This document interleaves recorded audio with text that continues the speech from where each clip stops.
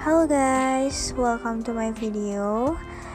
Jadi di video kali ini aku mau ngejelasin tentang tugas yang aku terima di mata kuliah Sistem Informasi Manajemen, dimana di sini aku disuruh membuat sebuah bisnis plan dan aku memilih street food sebagai bisnis plan yang mau aku buat.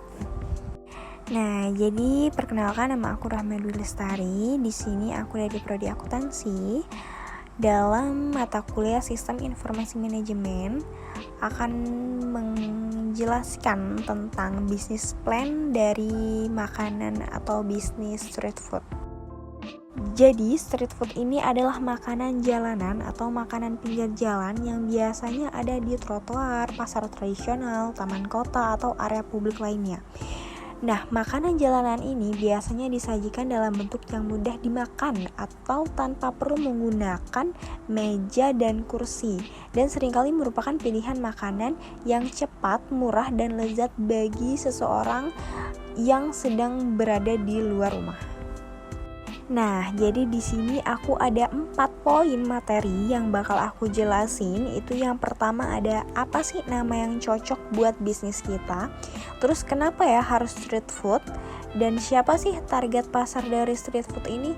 Dan yang keempat itu gimana cara agar bisnis kita tuh tetap berjalan dan sukses. Nah, di sini yang pertama ada menentukan nama brand. Menentukan nama brand itu tentu harus yang menarik dan cocok pada apa yang akan kita pasarkan.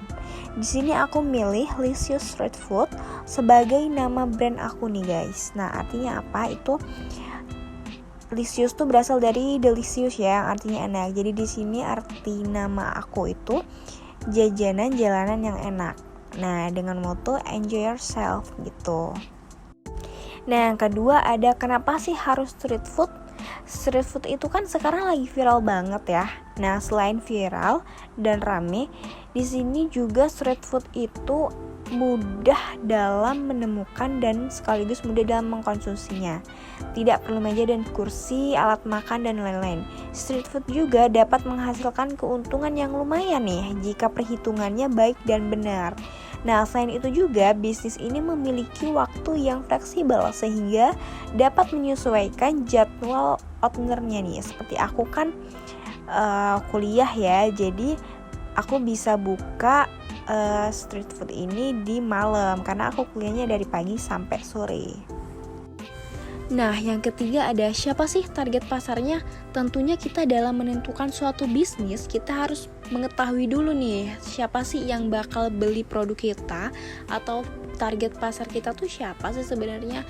Nah, karena street food ini memiliki banyak jenisnya, mulai dari manis, pedas, ikan, daging, buah, sayur, dan lain-lain, tentu target pasarnya juga banyak dan luas, mulai dari anak kecil hingga orang dewasa, tergantung dari kebutuhan tubuh dan selera masing-masing. Nah, selain itu juga masyarakat harus tentunya mengenali dulu nih produk kita tuh apa. Nah, dengan cara promosi, dan promosi yang paling mudah dan cepat itu promosi dari sosial media. Tetapi itu juga harus kita buat semenarik mungkin pamflet pemasarannya. Nah, yang keempat, gimana ya cara agar bisnis kita tuh tetap berjalan dan sukses? Di sini aku memiliki 2 poin. Yang pertama itu mengutamakan kenyamanan pelanggan. Yang kedua ada manajemen yang baik. Yang pertama itu kenyamanan pelanggan sangat penting dalam membuat suatu bisnis. Kenapa? Karena ketika pelanggan nyaman dengan apa yang kita berikan ke mereka, mereka akan terus berbelanja di bisnis kita karena mereka merasa nyaman dan percaya dengan kita.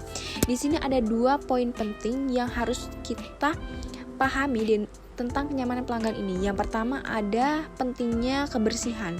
Nah, kebersihan itu sangat penting karena itu merupakan image dari outlet kita atau dari produk kita sendiri. Yang kedua ada cita rasa. Cita rasa itu harus tetap kita jaga dengan cara menggunakan bahan-bahan yang premium. Kenapa? Karena cita rasa itu sangat susah untuk dipertahankan biasanya dalam sebuah bisnis makanan.